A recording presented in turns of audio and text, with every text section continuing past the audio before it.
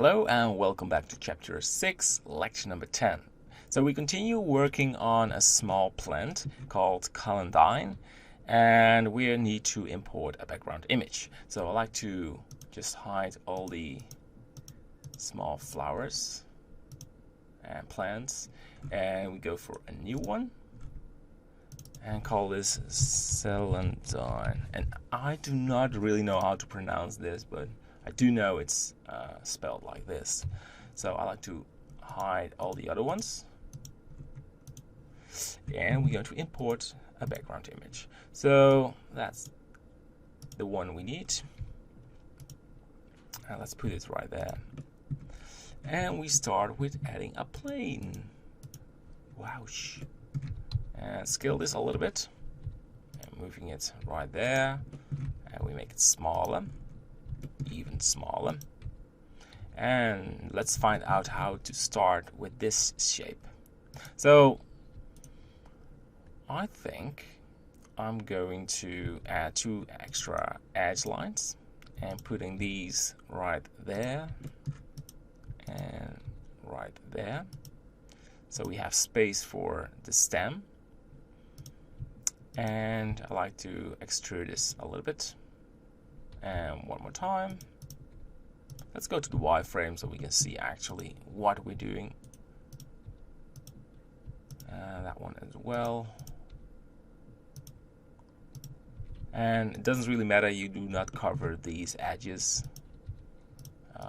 Just the rough shape will be enough. And same for these.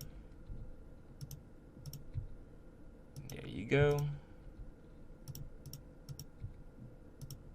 And one more time. I like to add edge line in the middle, and let's extrude this area a little bit. Right there, just like these. So you need to cover the stem as well. Very important because we need it for this type of flower. Let's call it a flower if it has a flower on top, and a plant if it's just leaves. That's easy, right? So there we go. And there's not really a root in this small flower, so I'm trying to make it as good as possible.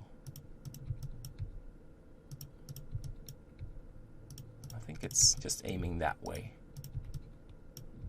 Correct me if I'm wrong. You can do it yourself, better of course. Alright, I think we did a great job.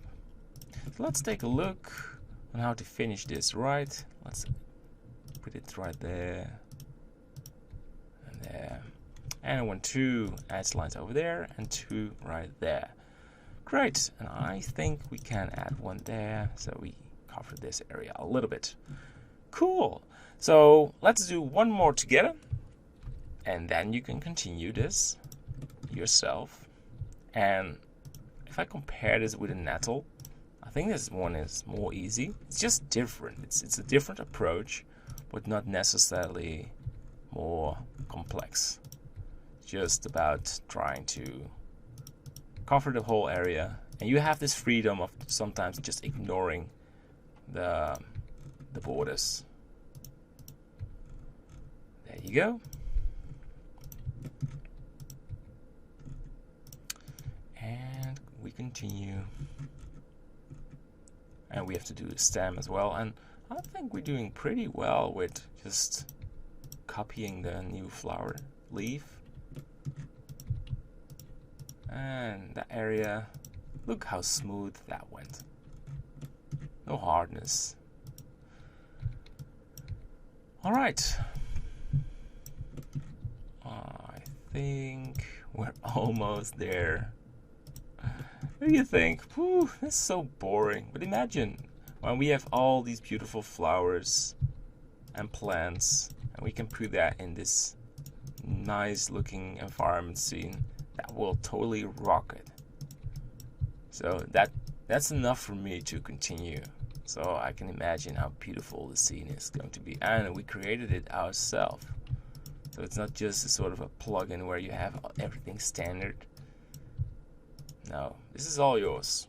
Great. So that's pretty much it. So you copy.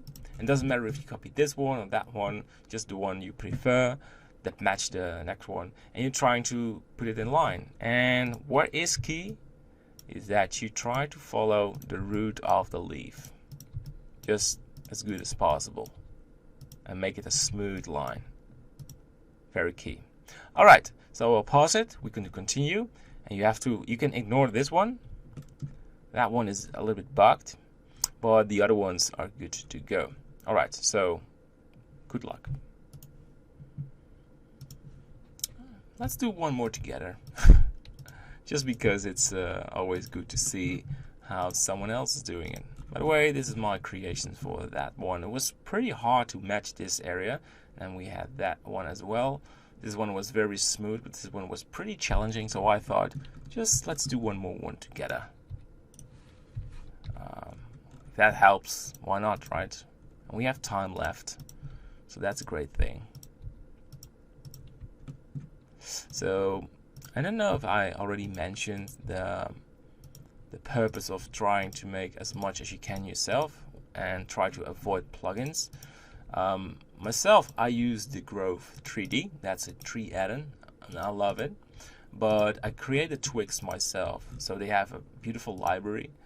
But I don't know. It's you learn a lot when you start studying leaves, studying the materials, the reflections value, and trying to recreate it.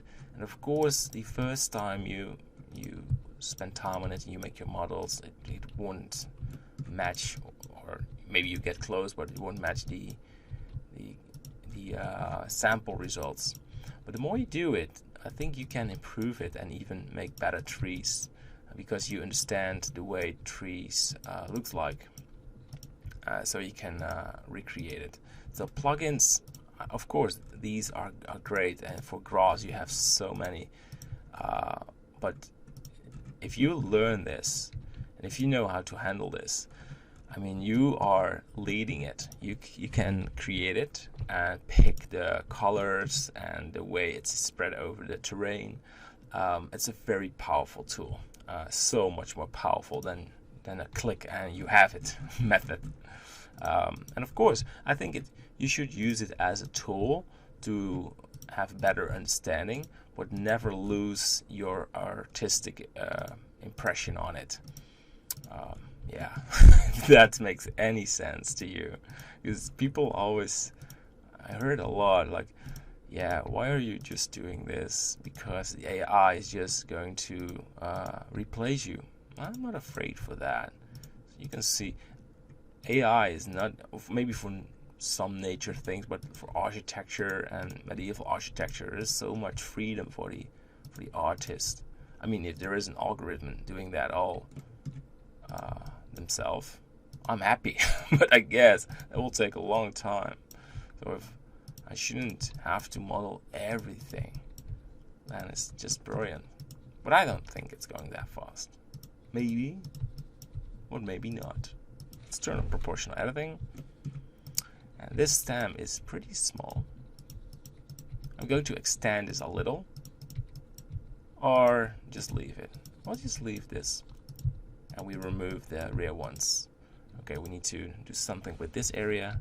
I'm not quite sure what happened with that one over there. This is quite challenging. Okay, but this is not good geometry. This is just painful geometry. Alright, I prefer to do it this way.